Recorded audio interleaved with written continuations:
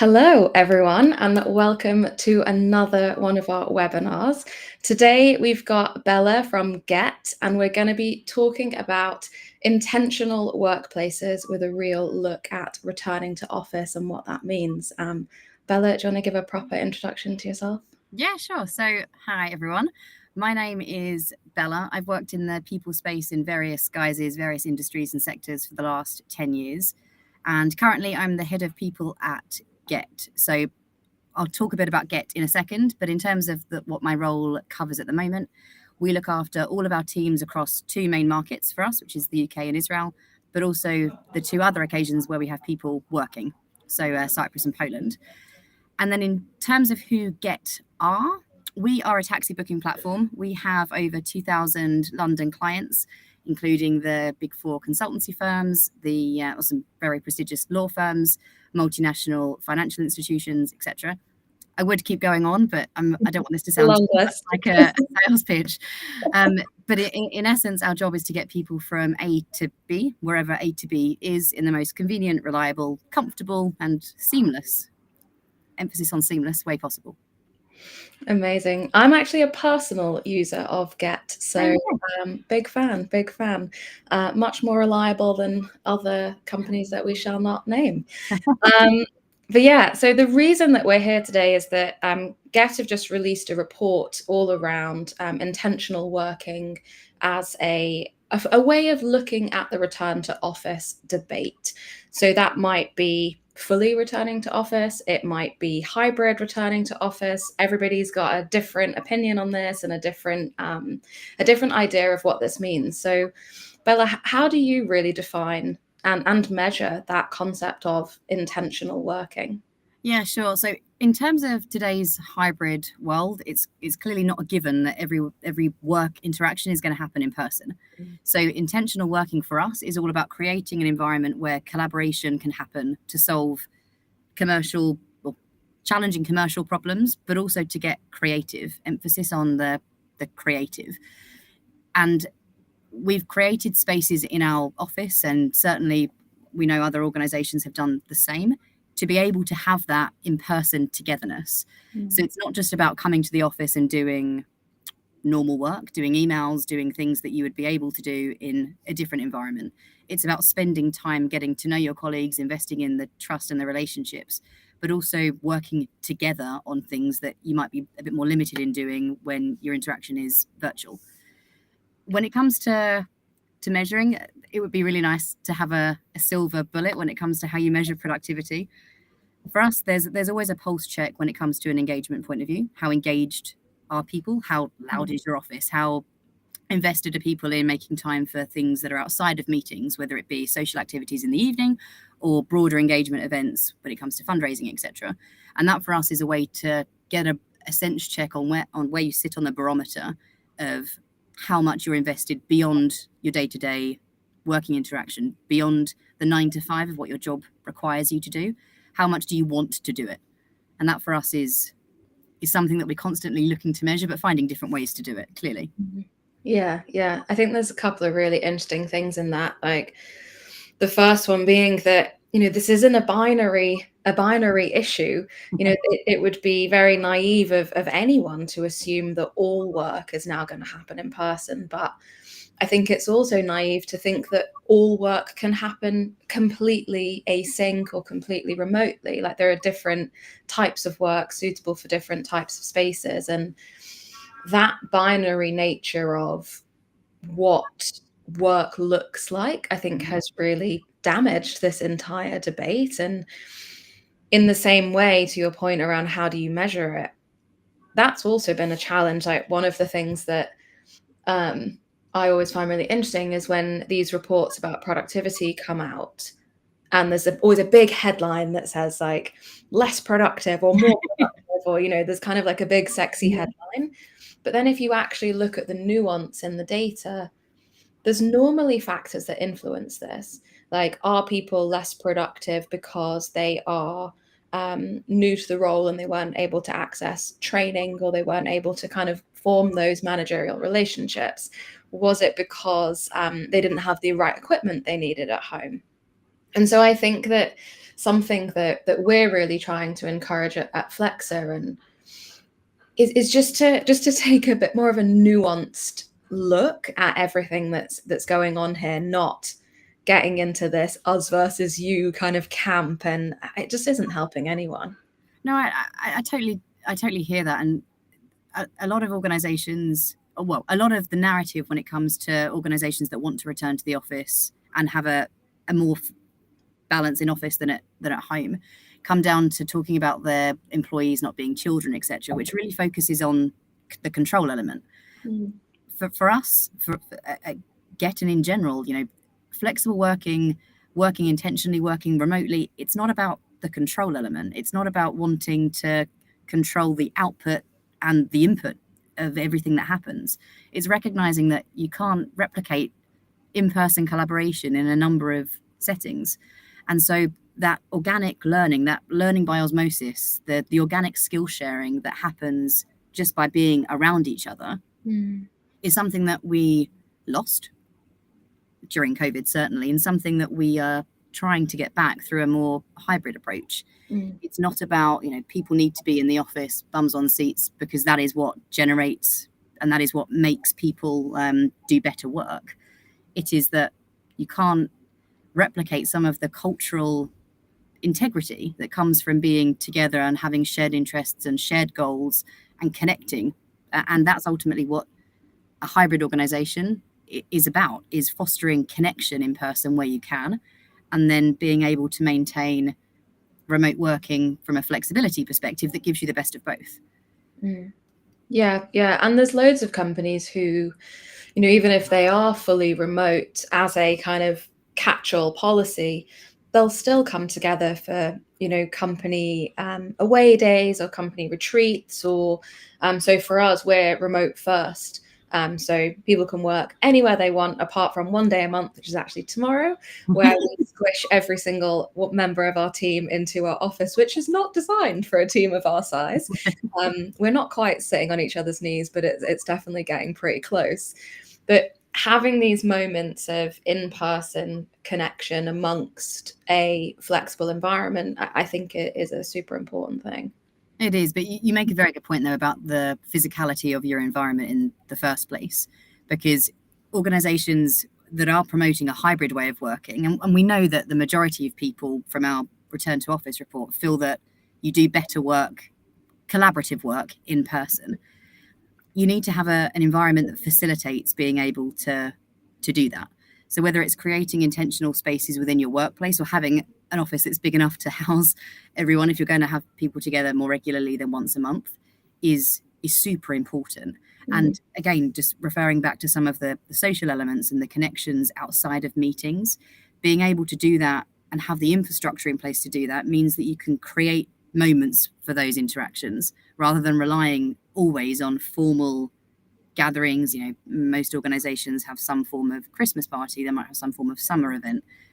Relying on those as the only ways in which to drive engagement and in-person collaboration it's going to be difficult, much more difficult than if you intentionally get individuals together, whether it's once a month or it's a few times a week, and create the environment in which they can connect organically.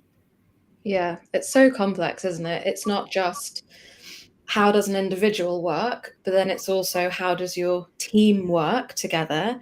And then further than that, it's like, how do the spaces that are provided to you, whether that's co-working spaces, whether that's your home office, whether that's at your, a proper office that you can, that's sort of owned and full-time from the company.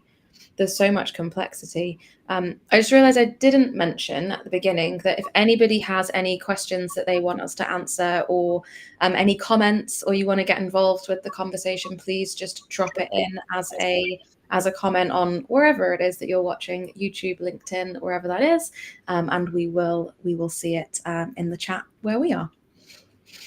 So the next question I have for you is, how do we actually make people want to come to the office? Like, how can we make that in-person time really valuable and not, you see the kind of memes and jokes about returning to the office where it's everyone's just sat there silently on video calls with each other or slacking each other sat side by side. Like, how do we stop that from happening, and what can we offer in the office? So I think this goes back to what we were talking about in terms of the collaboration and intentional working being about bringing people together for a specific purpose to collaborate and to get creative together. So I mentioned our return to office survey, and we know from that survey that the majority of people do think that in-person collaboration is more beneficial. We know also from a business leader perspective that the incentives to get people back into the office tend to be around maintaining flexible hours, but also around planning team building activities to help the team connect. What I did find interesting from our survey is that a third of workers were looking at some more financial incentives to return. We can discuss kind of what that looks like later, because I think that's a big topic in and itself. But whether that be actual bonuses or instead, and more likely, investing in your office environment, making sure your physical environment is conducive to want to work and conducive to being able to collaborate and get creative.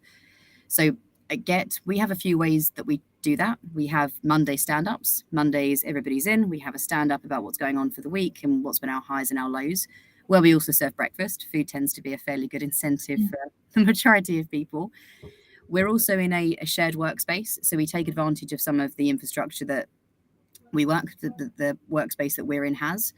We also try and schedule social activities every other week that take place partly during the working day. So being respectful and mindful of those individuals that need to, for whatever reason, leave at the end of the working day, we have some ability and flexibility and capability to be able to actually interact more socially during the working day too. We've also created specific collaboration spaces within our office. So we've really tried to create a physical environment that is conducive to that, rather than, as you say, having somebody come in and sit on Zoom calls. Like, no one wants to be that person that comes in and sits on Zoom calls all day and that sits next to a colleague that they've not spoken to for weeks, who's also sat on Zoom calls. So for us as well, if we have more organization from a company point of view, i.e. we're more organized, core hours, core days are ways in which we can do that. We can create situations in which you can collaborate easier, because you know that you've still got time during the rest of the week to do some of those Zoom calls that doesn't take up from the ability to then speak to people on a face-to-face level. Yeah. And again, bringing together like the office design, the kind of work structure design of like, it's interesting what you were saying around having some of those social activities happening during the working day and not always in the evening. I know that this has been a big conversation from a diversity perspective of people with families, people who don't drink, people who don't feel comfortable in loud spaces. If you're always going to a pub, there's a lot of neurodiverse people who find that a very difficult environment to be in. And so making sure that we don't lose everything we've gained from a diversity and inclusion perspective, whilst also bringing back in some in-person collaboration, I think is a really interesting topic too. No, most certainly. And as you say, from a diversity point of view, we know that there are certain groups of people that find in evening activities or activities that generally revolve around alcohol more challenging to attend on a regular basis. And that's kind of the point for us. We don't want to create environments in which somebody can only attend an activity or an event once in a blue moon. It's the regular organic interaction that means you trust your colleagues more, you enjoy working with them more. And there's a lot of research, we will all know that you don't tend to leave people that you enjoy working with. And so the more we can create environments where you get to know those people that you're working with and hopefully like them, means we're also helping ourselves from a retention perspective too. So there is a double edge to a lot of this, but also some of this is led from the top. You know, we have a leadership team, and it's important for other organizations that leadership teams buy into whatever it is that you're doing in this social activity space. You know, if people go to get up at 4:30 to go and start socializing in a designated space or wherever that may be, and you're being stared at as you walk down the corridor because your leaders aren't on board or they're not involved, it creates a tone for the organization that's quite unhealthy to get out of. We're very fortunate here. We have a leadership team that is very invested, And so they're probably the first ones to go and start socializing. And it is important, particularly for junior or newer members of the organization looking up, being able to see that we are leading by example on this front and not just putting down something on paper that we don't live in practice. Totally. At Flexa, we call that role modeling.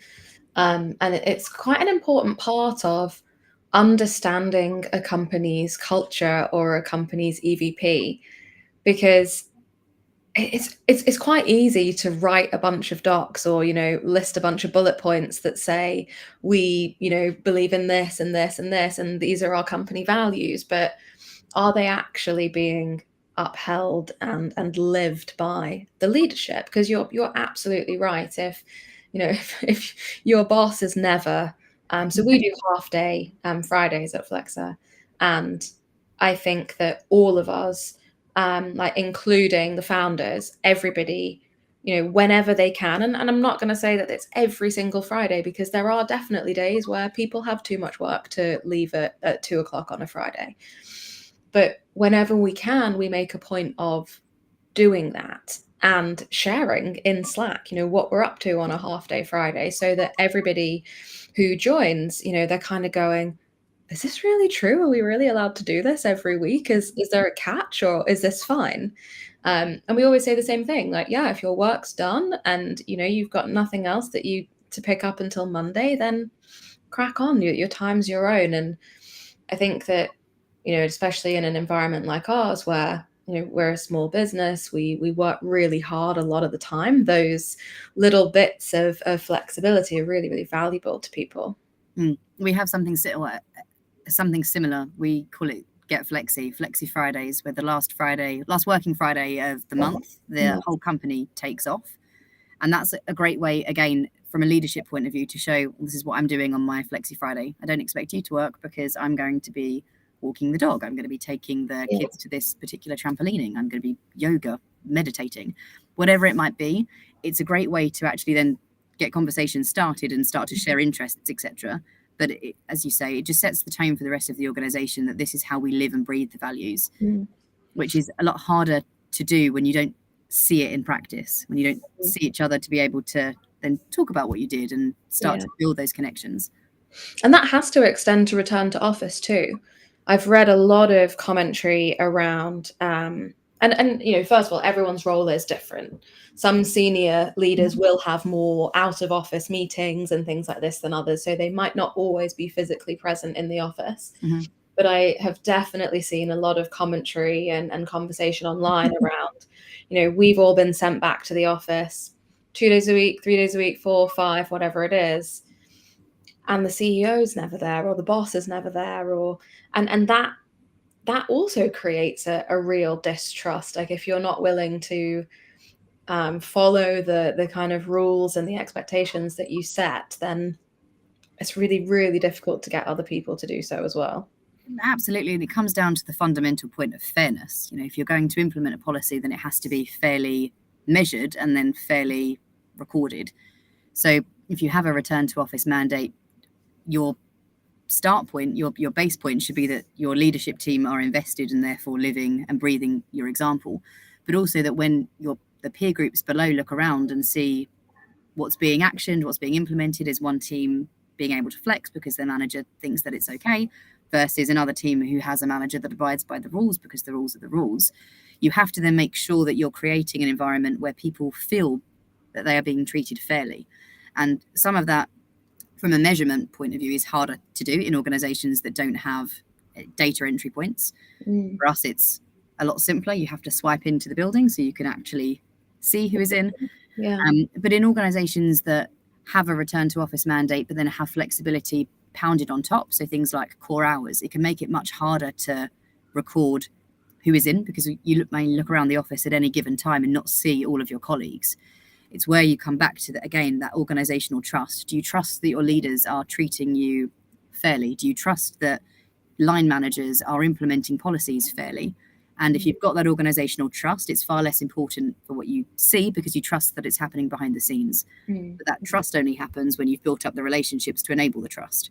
And This is where it comes into a circular point. How do you build the trust? Well, you get to know each other. How do you get to know each other? You may spend more time together in whatever form that looks like, and then the cycle continues.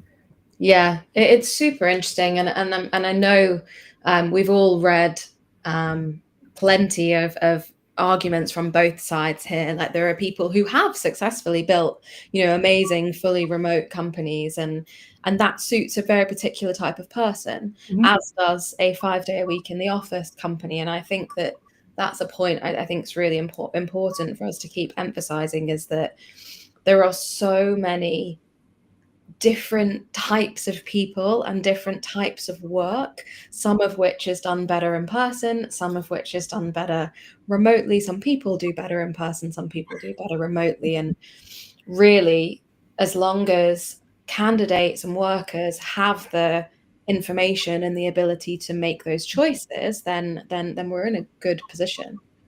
Yeah, absolutely. And again, to your point about candidates, as long as you live what you sell. So there's one thing to kind of plug into the market that you are X. If that's not felt when you come into the organization, then your churn's just going to be high. Yeah. So it's nonsensical to do that. But, we see many organizations doing that anyway, perpetuating one message and then living a different. Yeah, we call it corporate catfishing. It's a bit like, you go on a first date with someone and they are like, I'm amazing and I'm really sporty and I do all of this stuff. And then 10 dates in, you're like, they don't even know what sports are. Why did they sell themselves as being really into sports or whatever it is that they really oversold? It's like, why? What's the point, right? It's going to be uncovered probably sooner rather than later. And then it just leaves this bad taste in everyone's mouth of like, why? What did you gain from that? So I think that sort of trend of corporate catfishing, hopefully, is going away. We look at we have a transparency ranking at Flexer, which is a score out of 10, and it is in no way a judgment on what someone offers. You don't get knocked down points if you are, if you have this benefit or that benefit or this working environment versus that working environment. The way you gain points is by making the information about your company really easily accessible, easy to understand, and very transparent. So the more that you are open and honest about what you can offer, the higher your transparency score is. And we've got some companies scoring 10s out of 10s and some, are down in the 3s out of 10s. And you think, for us, we really see that as a helpful tool for candidates for, if you're considering applying for a company that has a low transparency score, ask a few more questions in the interview, be a little bit more inquisitive around the policies that we've flagged that we can't find information. And it comes back to that transparency in the hiring process and in the working environment. And the pride that the organization takes in the culture that they are creating. I think the return to office debate is so contentious and is also so discussed. There is literature everywhere covering, as you say, every possible angle of the argument. That organizations sometimes feel crippled into actually stating what it is that they believe. There's a mainstream view and then there's a non-mainstream view. And if you err towards the side of non-mainstream, i.e. you want your employees back in the office 5 days a week, be proud of what it is that you're selling and why you want that. And partly, I think the reason this topic is so hotly debated still is because organizations struggle to link the reason why to the cause. Why is it that we're asking people to come back? Is it because we think it's a good idea and we don't trust them, back to the control piece we made earlier? Or is it that we value in-person connection? And if that is the case, there's no harm in saying we want people to come back because we value it. And for us, that is an important culture that we want to cement. And if that turns candidates off, that is okay, because they probably aren't the best cultural fit anyway. And like any interview process, your relationship is reciprocal. Am I as an employer offering you as a candidate what you would like? And am I as a candidate invested in what you as an employer are offering? And if you're not, then you phase that out early on. The worst thing the world is landing somewhere that you've been missold as corporate catfishing, or finding an organization that isn't proud of what it is that they're trying to achieve, that actually wants something but is very much positioning themselves somewhere else because they think that's how you attract candidates. And that's something that for us, we don't want to ever be anywhere near. You know, Totally. our job adverts have salary on. They have the number of days that you're expected to be in the office. We have the number of the core day, i.e. in Monday, which is unpopular for some, but some love it. Yeah. That's who we are. Yeah. I'm really glad that you brought this up because we talk about aligned talent a lot, and that's essentially you're talking about the same thing. It's, we might not be the right fit for you, but that's not a problem, right? Actually, an employer brand should bring in the right people, but it should also turn off the wrong people. Like that's how it should work. That's how any brand should work. Any relationship works. Yeah. Exactly. The dating comparisons are endless in the hiring process. And I think that's so important. Like, each company has its own identity and its own wants and needs and, what they really value, both from, what we do as a company, like why do we exist, all the way down to how do we want our teams to interact with each other and come together and work together. And that's okay. Like the difference is a good thing. And I think that this is again lost in this sort of homogenized argument of this is better than that, and everyone who wants this is an idiot and who wants this is super smart. And it's like, it's just not how that works. There's so much nuance in what people want and what companies can offer. Some companies can't offer remote work, like we have lab technicians who you have to be in a lab, right? It's a very we're missing a lot of nuance if we're only having this binary debate. I'd love to ask you, what amongst this topic, what do you think is the sort of trend that you see emerging across 2025? Sure. So I don't think the return to office trend will slow down. I think people will continue to return to office in whatever guise. The challenge clearly is whatever guise means, and finding an environment that is able and supportive of every different working style to flourish is going to be more difficult now than it was previously. Reason being is before the trend of remote working really started, you had a corporate way of working. Whether music was on was at the discretion of whoever managed the office. Where you sat was at the same person's discretion. You've then found that since remote working has become more and more popular, and in some cases more and more necessary given COVID, you've created your own physical environment that works for you to work in. And the return to office trend has to capture that somehow. So you're able to work in your own physical environment when you're working remotely, and that looks like however it looks for you. But in order for you to do your best work, we want to replicate that as much as possible in an office environment. And how you do that when those working styles are so vastly different in some cases is a challenge. Do you play music? What food do you serve? Do you sit in the same areas? Do you hot desk? Do you have your own desks? All of that stuff has to be unpicked and understood and a consensus reached ultimately so that everybody can come to work and enjoy being at work and do your best work there. There's when we were talking about the reason for people coming into the office, intentional working, there's very little point in encouraging people to the office if they can't do a good job when they come in. So our responsibility as an employer is to make sure that you can. Yeah. But what environment you need to flourish is probably going to be different to mine, certainly different to somebody else's. And so the challenge always comes in finding a middle ground that enables that work whilst still maintaining your own personal preference to an extent so that we're able to get the best out of you and you're able to get the best out of each other. Yeah. There's also going to be an interesting challenge because there's going to be a lot of HR managers and HR leaders who have never had to deal with this before, right? Who kind of came into the field during COVID and have existed in a remote world until now, when it's like everyone's back in the office. Like, how do I handle that? Like, who does get to Yeah. pick the music? Where does everyone sit? Is like these 10 people want this and these people want that. And it made me think a bit about kind of previous transitions in sort of office design where, if you think about I was not alive, but if you think about the kind of shows from the 50s and 60s when you see like all of the like Mad Men style thing where anybody senior has their own office. Yeah. And then everyone's working in a cubicle. And then cubicles went out of fashion and offices, like individual offices, went out of fashion because we didn't have the space.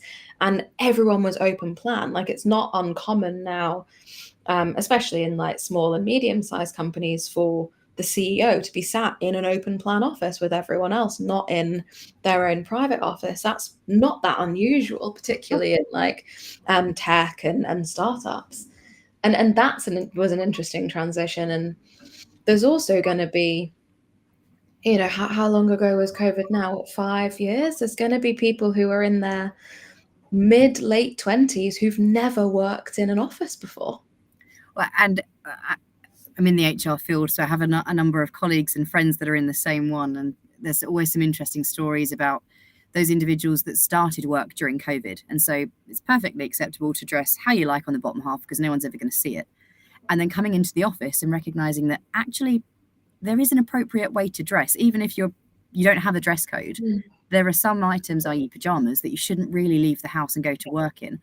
But HR leaders having to lean in, and line managers leaning into some of those conversations, which are alien and would have been alien in any other time other than now, having to actually try and educate on what it means to work in an office. If you have a start time, it's not really, unless it's pre-agreed that it's a negotiable, flexible one, it's not really a guide. It's kind of a point in time in which you start working. And so using the commute as a part of your working day is another example that we've seen people ask about more and more, because it's something that takes away time from your actual day, that if you've not been used to traveling in a long time, you have to start getting used to it again. So I think that those challenges always exist, but it's a learning curve. There is always a grace period with these things, that you don't expect compliance, if compliance is your aim, or full acquiescence from day one. You instill the cultural benefits, the values, the reasons why you do it, and you have a little bit of a framework and an infrastructure that supports it, and then you organically allow it to grow. And if it's not, then you change your approach. So I think there's always flex that's needed in these different types of environments, but particularly for junior or newer staff, you learn so much by osmosis, being around your colleagues, speaking to them, spending time with them. And that can be done in a remote environment. Of course it can. When it comes to learning some of the office norms, that tends to happen in person. And there are often times that you make mistakes you learn by making mistakes and by getting it wrong. And being in a supportive enough environment where you feel safe to make those mistakes is certainly an environment that we would wish to encourage here, and that I'm sure many other leaders do as well, because that is your basis and your framework for growth generally. Yeah, I really like what you're saying around, not expecting perfection from people on day one.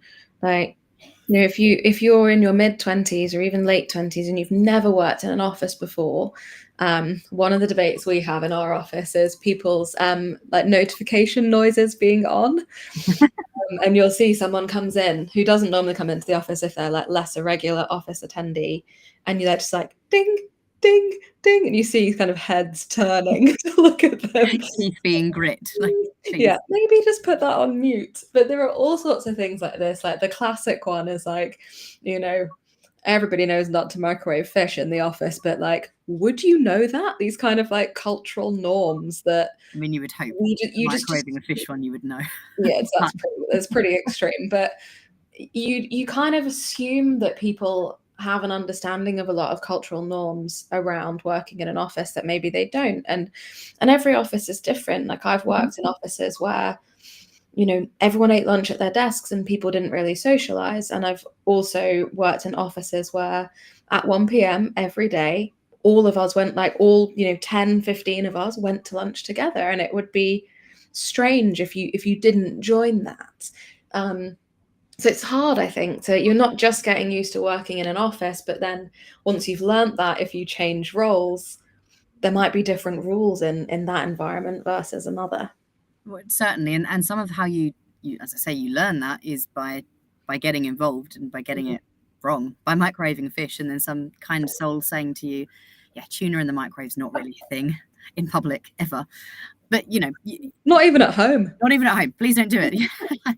But you do. You're right. You learn by being around other people and by watching, by observing, by interacting. And so when it comes to giving that grace period, that time to get it wrong and then get it right again, it's important that that is extended across all different domains. So you would be naive to assume compliance from day one simply because you said it was so. We have a generational shift when it comes to mindset. Employees, they'd like to know why, and are much more free in asking why than they may have been historically. And as an organization, we need to lean into that. And you need to be able to indulge in the conversation rather than just hitting with the stick. And in many instances, it is perfectly possible to have a carrot and a stick approach. But if you constantly just hit with the stick, you'll end up losing the buy-in that you were trying to create in the first place. Yeah, totally. And I think that's not just a right now problem, is it? That's going to change with every new generation that comes into the workforce. And Aqua from our team wrote this great LinkedIn post that got picked up by LinkedIn News actually last week, maybe the week before, around she listed out kind of all of the things that people usually rant about Gen Z and like why Gen Z are awful, and then pointed out why they are actually really great skills in the workplace and make them good, engaged, excited, inspiring colleagues. And it was such a nice reminder to flip things around sometimes. I want to go, there's a question from David from YouTube, which I think is a really interesting one. So he's asking, how do you incentivize employees whose team is not in the same office to still come in and benefit from being in the office? So I guess this is, if you're in a big company with multiple office locations, and I don't know, let's say the tech team are mainly based in the Bristol office, but you happen to be London based. Do you ever see this happening, or how do you handle that kind of a challenge? So certainly we're a multinational business. So we have instances where some of our teams are based overseas and we have one or two team members based here. So to spend time with their team, they will be spending it remotely. What we always try and do is create an environment where you look at your team in the broadest possible sense. So your team aren't those people that just work on the same things that you do or just reporting to the same person. They are the people that they might be stakeholders. They might be people that work in the same office, that are employed by the same entity, who you can learn from, who you can enjoy the company of. And that's what we try to do from a development point of view as well. We know now in organizational hierarchies that development doesn't generally just happen vertically, it happens laterally too. And the way to do that is to spend more time with people outside of your day-to-day in order to learn from, to gain new skills from, to teach and educate in what it is that you do. So by thinking of team in that sense, you actually probably find there are more people in your team, your direct sphere of influence or your indirect sphere of influence, that sit closer to you than your direct team members that you may interact day to day with. There's also for us a real focus on getting people to connect, even if they are overseas, through travel. It may not be possible in every instance, it may not be possible in every organization, but for those organizations where it is possible, encouraging people to travel again. It's okay to not spend every day or even a couple of days a week together, but it is also really okay to go once a quarter and spend a day, spend 2 days, however long your timetable permits, however long your organization permits. And for us, it's the most popular vehicle type on our booking platform is black cabs. And that is because people use it to travel from A to B, certainly sometimes within offices, where they're able to replicate the closest physical environment to their office because it's private, it's a bit more spacious, and then they're able to arrive at the new place, wherever they're going, still able and ready to work. So finding those opportunities to connect, whether it be with your broader team, with those individuals that are in your team but are based in a different place, and being able to find the ways in which to travel to them easiest is always going to be a win for me. For sure. My first job when I came to London was in advertising, and we had a pitch over at a potential client that we did win actually in Canary Wharf, and we got a black cab from Goodge Street to Canary Wharf. Me and like the strategy director and the creative that was on the project, and I was probably 20, and I felt like the most glamorous businesswoman that had ever existed in the world. It was such a moment for me. I felt like so part of the world of work. And I think I'd always, kind of pictured myself when I was growing up and like what my career would be like. And I was like, oh, definitely like chatting strategy in the back of a cab on the way to a client office. And it was just, I mean, that's like 12 years ago now, and I still really remember that moment. Remember it because it was just such a moment that like characterized success for me, and like a nice moment with the team, and it's a memory that's really, really stuck in my head.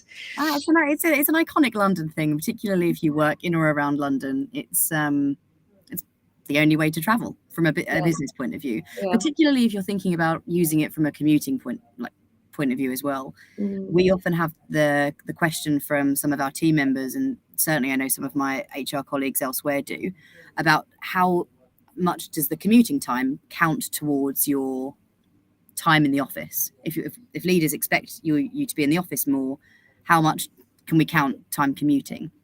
And we always have the conversation here about trying to replicate as close to your physical environment as possible. So for reasons that we've spoken about in terms of privacy and space comfort, black cabs are one way to try and replicate.